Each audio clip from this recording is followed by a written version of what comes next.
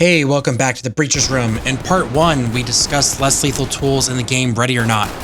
Here's part 2, where we'll go over breaching methods, equipment, and overall gameplay to see if Ready or Not is actually realistic or not. Breaching. Daniel's not here to save you now. I'll do it.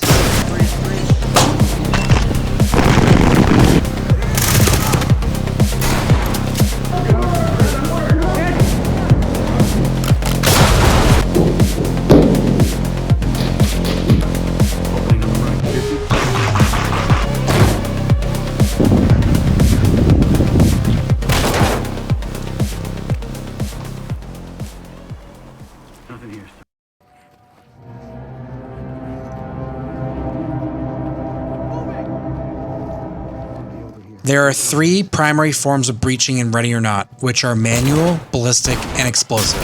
Manual breaching is any method which relies on non-powered or mechanized tools to compromise a target, solely relying on the technique and power of the user.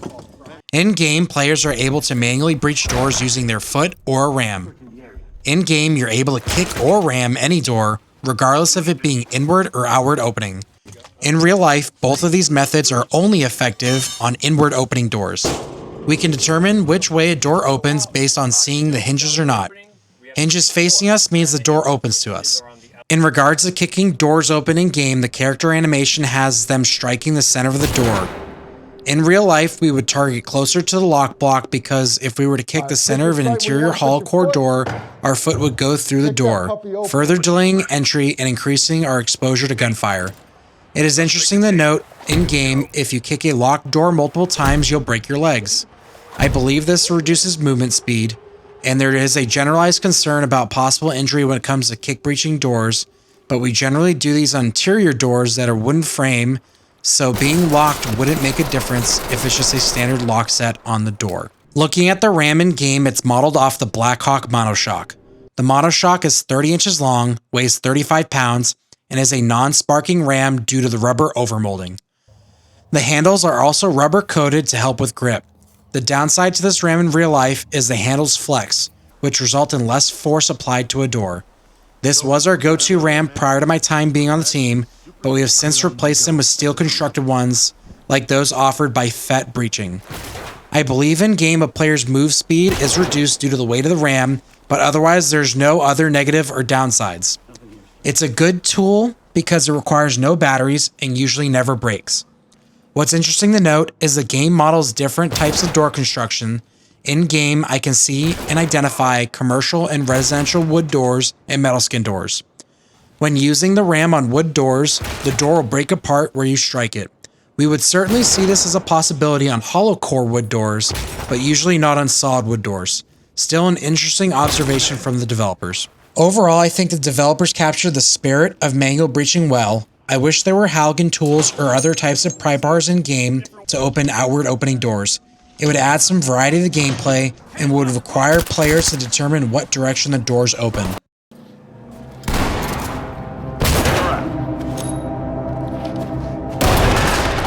Another option to breach doors is ballistically using the breaching shotgun.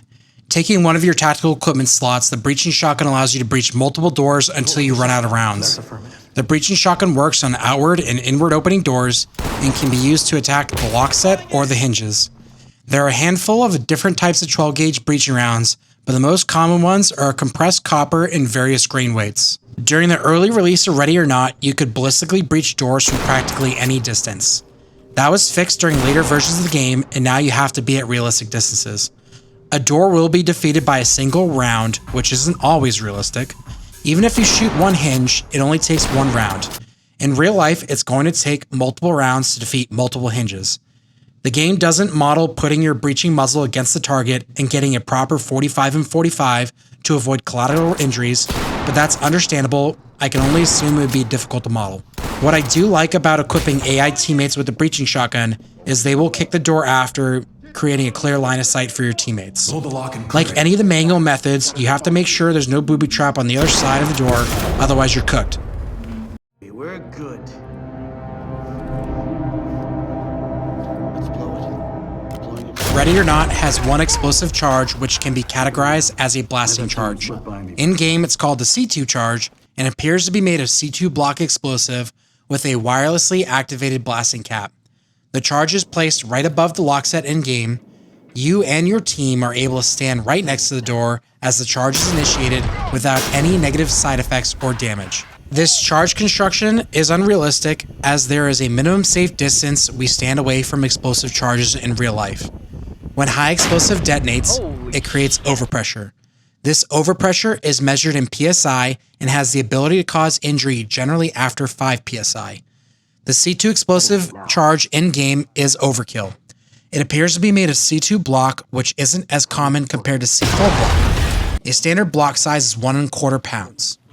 As an explosive breacher, I am required to conduct proper target analysis, charge selection, and calculate and inform my team how close we can stand near the charge when it goes off. Based on my training, a player and the team would need to stand at least 22 feet away from the C2 charge in order to receive 4 PSI, which is on the higher end of acceptable levels of overpressure for operational breaches.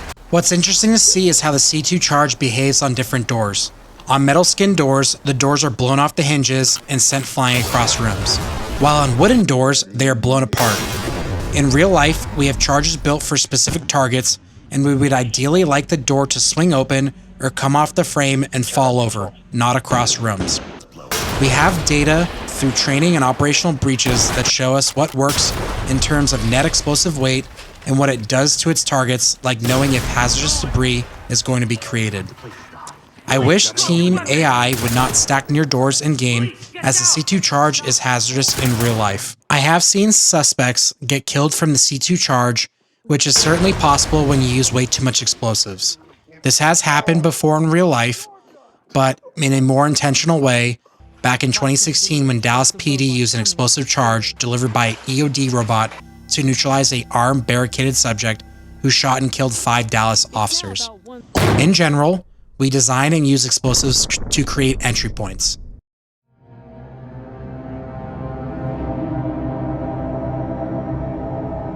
Ready or Not has a variety of player equipment, both functional and cosmetic, that you can equip to customize their looks and LARP as your favorite tactical team.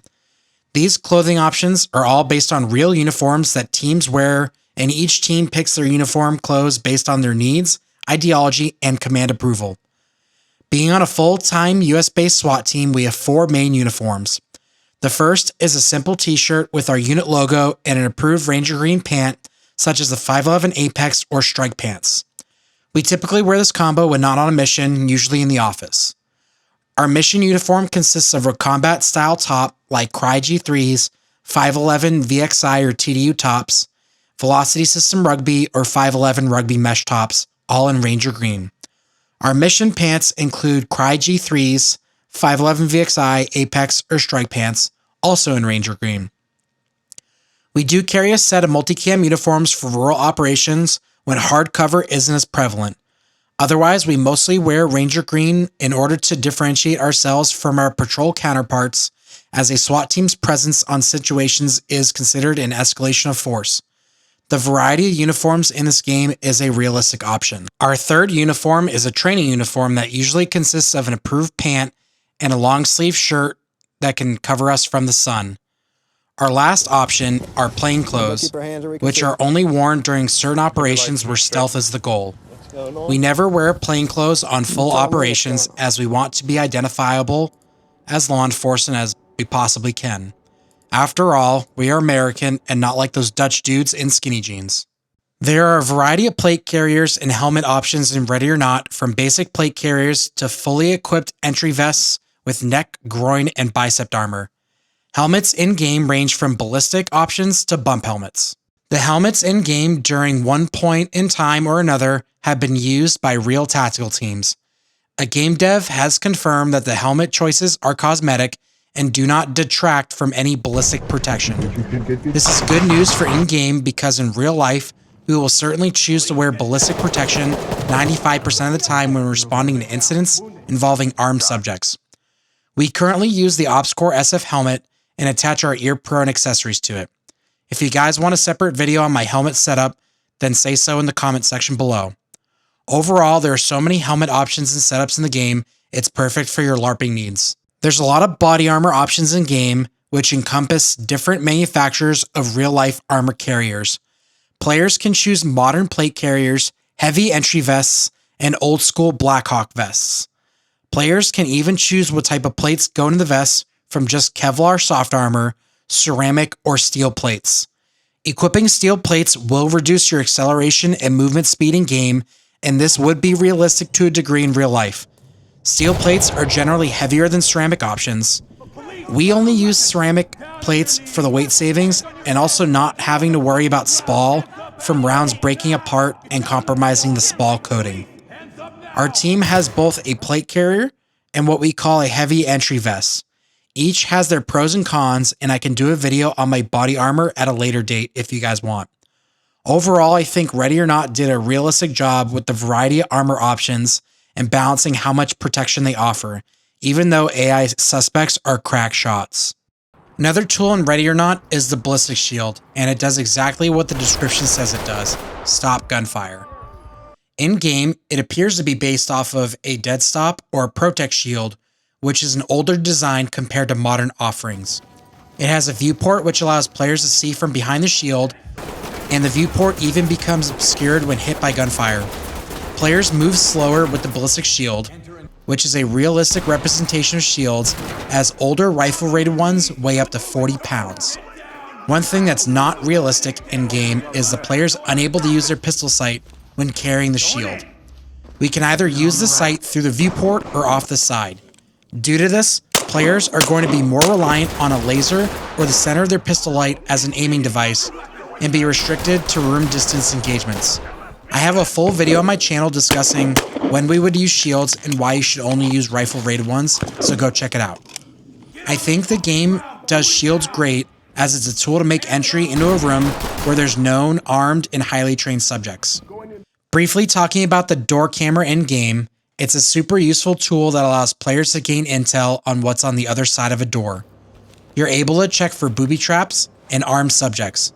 With how limited you are in tactical equipment like flashbangs and C2 charges, it's worth taking to see if the room that you're going to enter only has civilians inside, which will save you equipment for harder rooms. We have similar camera technology that can look under doors, into attic spaces, and through walls. I've also found great success in real life using cheap endoscope cameras to check under doors, and I'm able to carry that on my kit in person on a pouch. In regards to firearms and attachments in-game, there's a plethora to choose from. Pistols, intermediate caliber rifles, battle rifles, shotguns, and submachine guns. The firearms in-game all look and sound great. Each team in the US is going to select what they think works best for them. We mostly use 11.5-inch AR-15s, but some teams like LASD, SEB still use MP5s. Some teams also in the US also use newer firearms like the SIG MCXs. There are plenty of attachments in-game for players to customize their weapon systems. I tend to lean towards the red dots in-game since most stuff is CQP room distances. I can understand that the devs did not want to have too many attachments because there's going to be a multiplayer aspect of the game. One thing that isn't realistic is players have to choose between a Vids laser, an IR laser, or a white light. In reality, most teams, including ours, have multifunction aiming lasers and white lights on our rifles. Due to this, I mostly use white light in order to identify suspects when it's not dark enough to use night vision.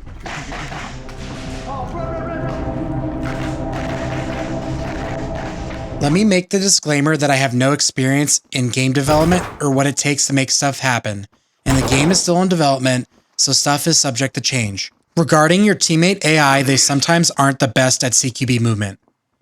They do appear to be programmed to perform points of domination, which is a method of CQB where 2 or more guys enter a room, hit their hard 90s, and create an L in the room to dominate the space and create angles on hides. Opening on the right. Sometimes I see the AI put their back to uncleared space or open thresholds, sometimes even walking in front of me as I fire. In real life, if myself or my partner are holding on 2 or more avenues of uncleared space, we're going to position ourselves to properly see those and not put our backs to them. A lot of the missions in game involve huge residential or commercial properties. You get a nostalgic feel when you play because it's just you and 4 other AI teammates, kind of similar to Rainbow Six Vegas. In reality, we would need at least 8 to 12 dudes to deal with the entry side alone. This doesn't include containment units, K9s, drivers for armored vehicles, drone operators, and command personnel. There was a mod to allow you to do co-op with up to 10 others, I think, and I'm not sure if it's still around. Another feature of the game that we're going to discuss is the player move speed. It's very slow even when your muzzle is depressed. I think the speed is a great pace when you're pieing thresholds, but it's too slow for transitional spaces when yourself or others are getting shot at. Looking back to the Watt Community College mission, you'll hear gunfire and not be able to run towards it, which is a proper response for situations like that. Since you can't run, you're more likely in this mission to fail the primary objective because the suspects are killing civilians. The game has a scoring system to grade how well players do on missions.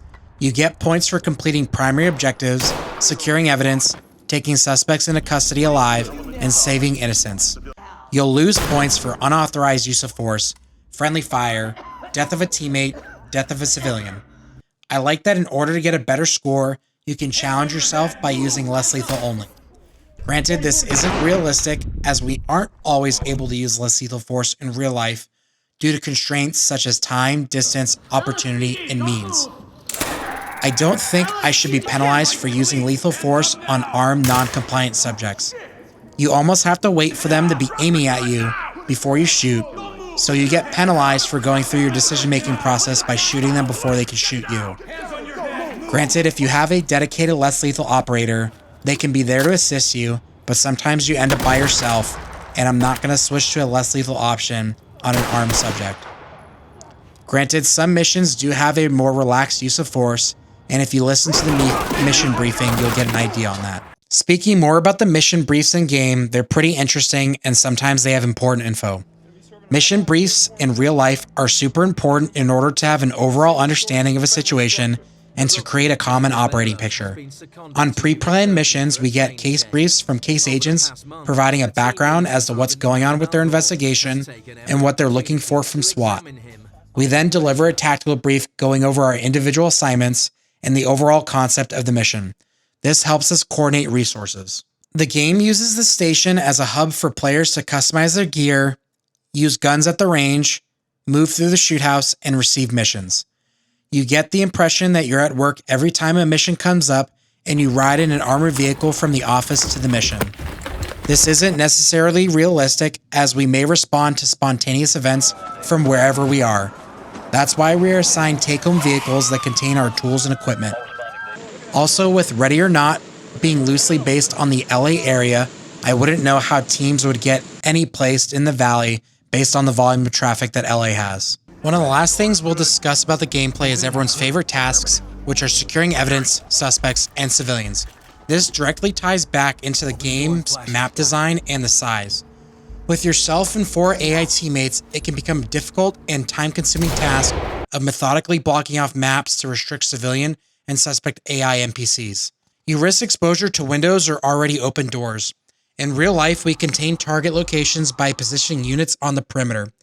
That would allow an entry team to conduct other tactical mission tasks like breaching, clearing, or deploying chemical agent, and not having to worry about getting shot in the back by a flanking NPC. In one of the major updates to the game, they added the feature where you can direct compliant civilian and suspect NPCs to crawl towards you. This is a realistic thing that we do in real life, as it gives us a tactical advantage. Any non-compliance, and we can use less lethal means to regain compliance. One of the more unrealistic things is SWAT guys securing evidence while actively clearing a target. We don't do this as it's not a priority when there's uncleared spaces or unsecured suspects. We come across firearms all the time on mission, and we just leave them in place for detectives or crime scene techs to document their location and collect. We will secure weapons if located during searches of a suspect's person, but we generally don't secure evidence. Some evidence has a specific value to a case, like where it's located, or only if it's collected in a proper manner. In the game, you just get points for bagging all the evidence up in the same manila envelope. Ready or Not is a fun game overall. The AI teammates have gotten better since the beginning of the early access. There are a ton of mods out there to add weapons, equipment, and missions. I think this game really shines in its co-op mode and with mods. You can play with others and have consistent tactics like using door wedges to contain subjects on properties. I like that it's fun and it doesn't feel like I'm at work, and sometimes I can even replicate things that I've done on mission in-game. I hope you guys enjoyed the video. I know it's a little bit longer than part 1. Please consider subscribing to the channel and checking out my Instagram page. Thanks for stopping by the Breacher's Room.